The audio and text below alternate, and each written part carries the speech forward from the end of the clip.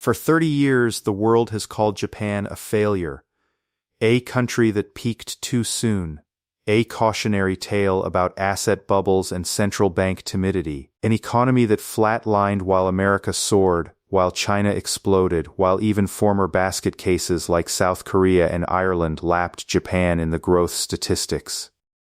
The headlines have been consistent: Japan's lost decade, then Japan's lost 2 decades. Then, as the 2010s wound down, economists quietly started saying Japan's lost 3 decades, apparently without any sense of irony about what it means to lose something for 30 years.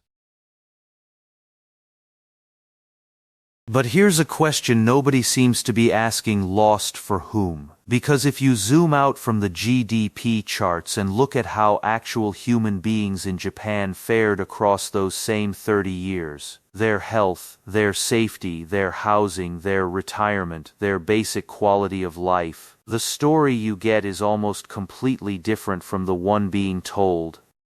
Japan didn't fail during the lost decades. Japan adapted. It managed a demographic collapse with a grace that no other country has achieved, and in the process it accidentally built a case study for what a post-growth economy might actually look like. The rest of the world is only now beginning to face the problem Japan was already living in 1990. That might be the most important thing about the lost decades that nobody talks about. Let's start with the number that launched 1,000 headlines. Japan's nominal GDP peaked in 1990 at roughly 5.4 trillion. By 2010 it had actually fallen in dollar terms to around 4.2 trillion. That is on its face genuinely damning. Economies are supposed to grow, this one shrank. Except there's a problem with that framing, which becomes obvious the moment you ask a simple question: how many people are actually producing that GDP? Japan's working-age population, defined as people between Shughui and Luxor, peaked in Chenjubak at 8.3 million. By Nisen RCC it had fallen to 70 million. That's a decline of 16% in roughly 30 years. You've lost almost 1 in 6 workers. When you measure GDP per employed person, the picture changes entirely. As economists at Nomura Research Institute and the OECD have pointed out separately, Japan's productivity growth, output per worker per hour, has tracked closely with Germany, France, and the rest of the developed European economies through most of this period. The Japanese economy wasn't unproductive, it was just running with fewer and fewer runners. Think about it this way. Imagine a bakery. It used to have 10 bakers and sold 1,000 loaves a day. Now it has 8 bakers and sells 900 loaves a day. Has the bakery failed, or is it actually baking more loaves per baker than it used to? The raw production number fell, but efficiency went up. Japan's economy was that bakery. The GDP headlines measured the wrong thing. But here's where the argument gets genuinely surprising, because the story of the lost decades isn't just about productivity adjustments and demographic arithmetic. It's about what actually happened to Japanese people while all this stagnation was underway. In 1990, Japanese life expectancy was 92 years. By 2010, according to Japan's Ministry of Health, Labor and Welfare, it had reached approximately 87 years. 88 for men, 87 for women. The improvement happened steadily across the entire lost decade period. In the United States, over the same period, life expectancy moved from roughly 71 in 2002 to 71 in 2010, a reasonable gain. But the gap between the two countries widened. In 2002 to Japan had a 4-year advantage. By 2010 it was 5 years.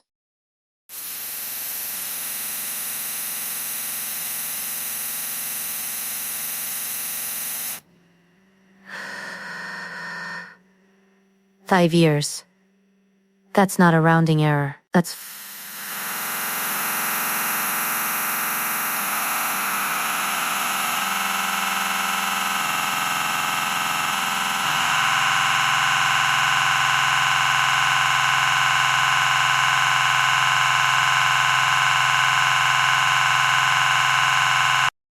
What was happening on the other side of the Pacific during this window helps explain the gap. Princeton economists Ann Case and Angus Deaton coined the phrase deaths of despair in Userit to describe a specifically American phenomenon: rising mortality among working-class white Americans from drug overdoses, alcohol-related liver disease, and suicide. Between Userit and Userit, drug overdose deaths in the United States more than doubled.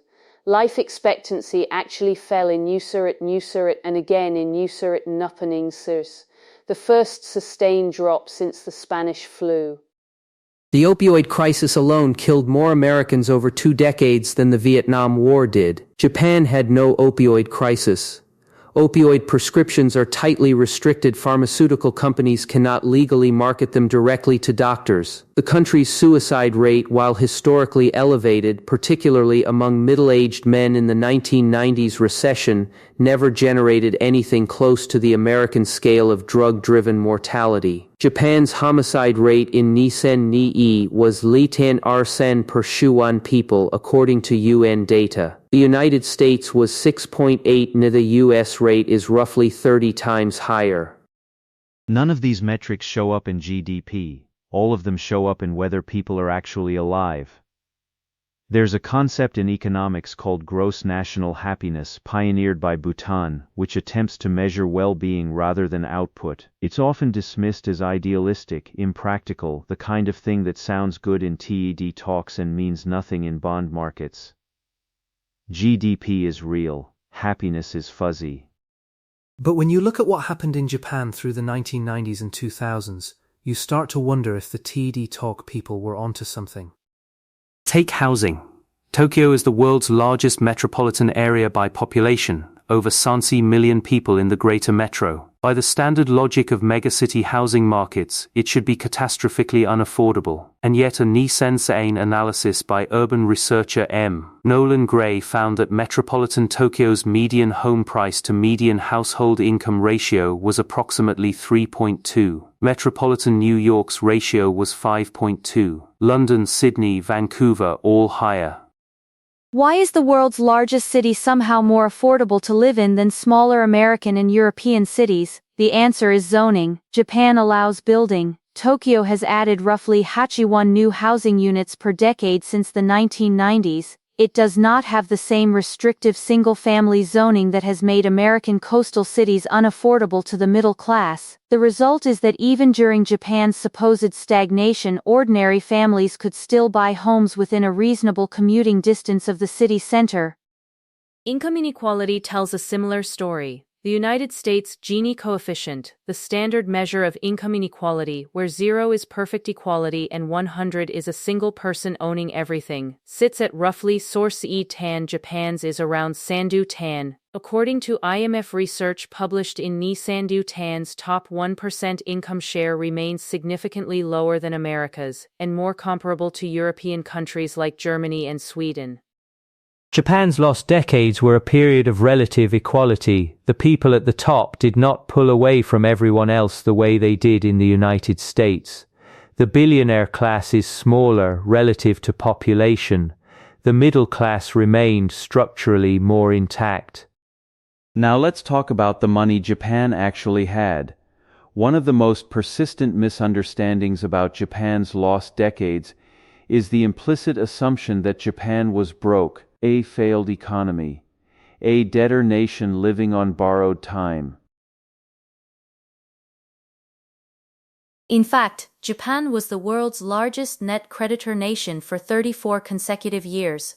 From Senjubakyuyi until Nisen Arsawu, no country on earth owned more overseas assets relative to foreign claims on it. Japan's net international investment position, the gap between what its companies, government, and citizens own abroad versus what foreigners own in Japan, stood at wubak sanzushisan yen trillion, roughly sanding nierodo trillion, at the end of Nisen Arsisan according to the Ministry of Finance.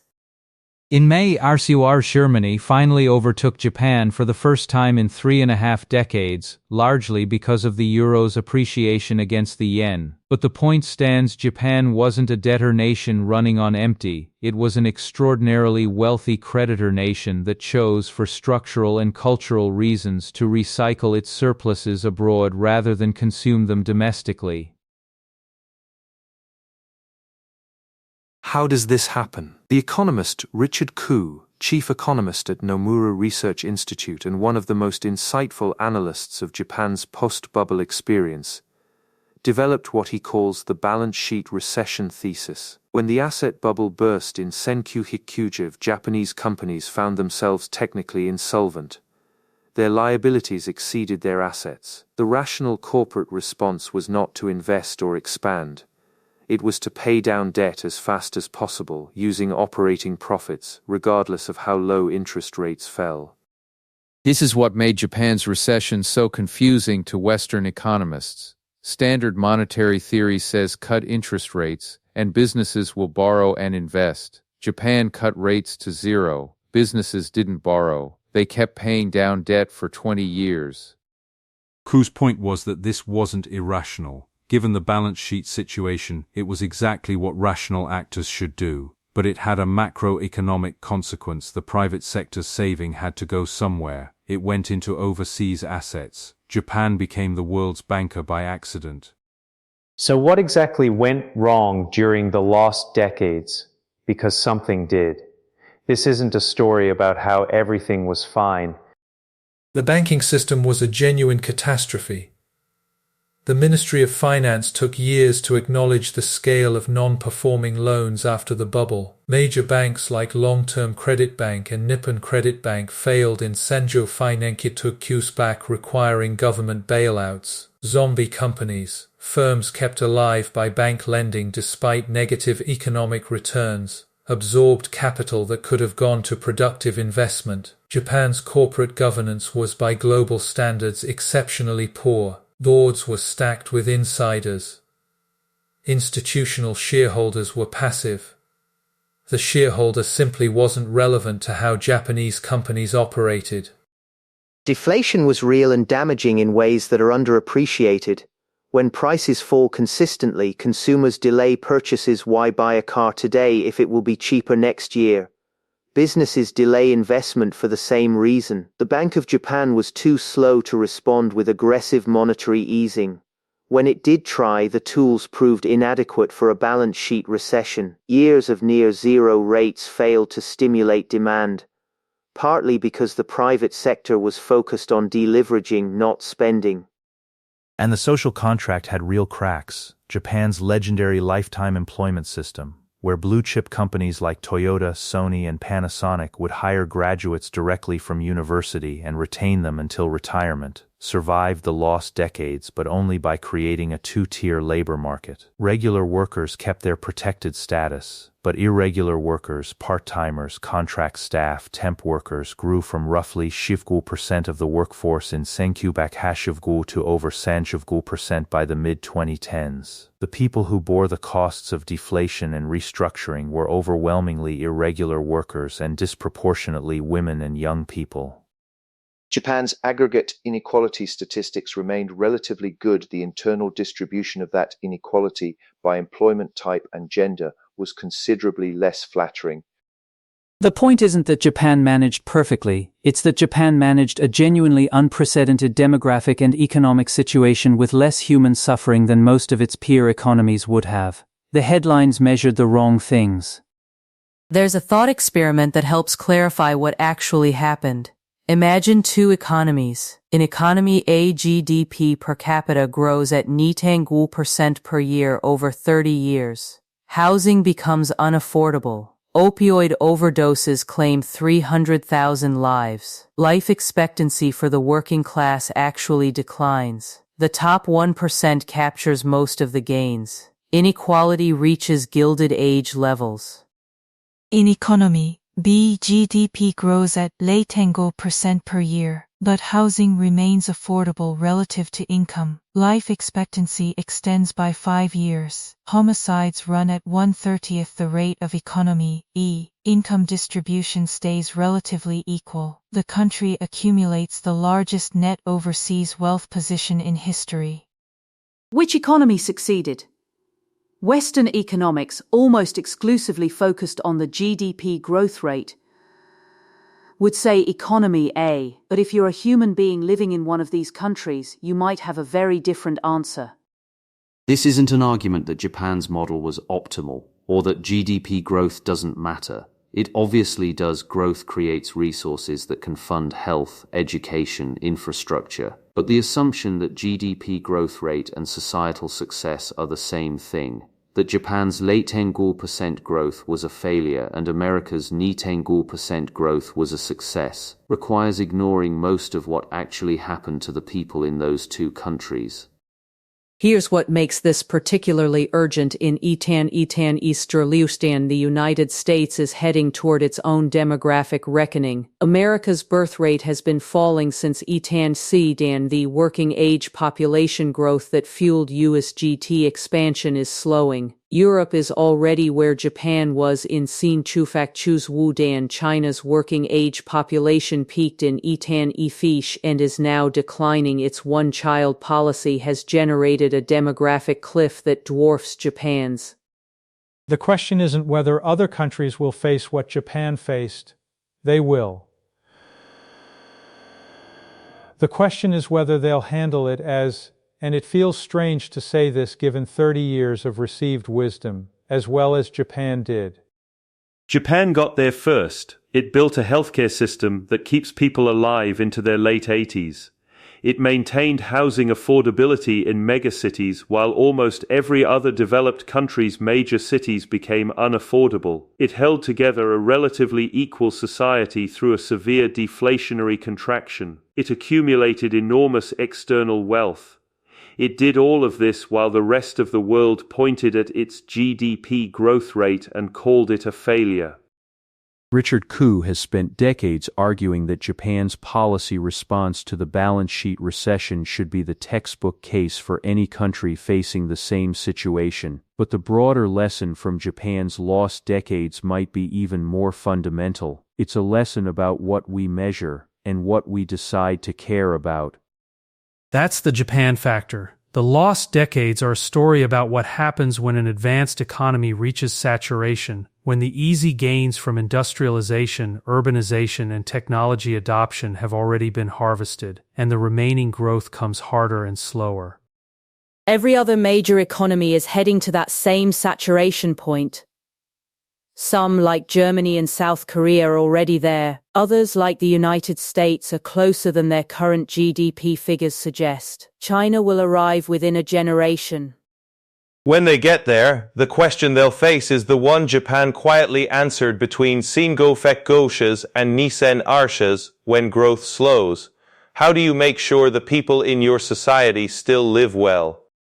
Japan's answer: invest in healthcare, maintain housing supply, hold inequality at bay, accumulate external assets, absorb demographic decline without catastrophic unemployment. Wasn't perfect. There were real costs, real failures, real people who fell through the cracks of the two-tier labor market. But compared to the alternative, compared to what happened in economies that chose high-growth financial models that delivered GDP points and deaths of despair simultaneously, it starts to look less like a failure and more like a preview. The rest of the world is still writing the prologue to the problem Japan already solved. The real question now is whether anyone was paying attention.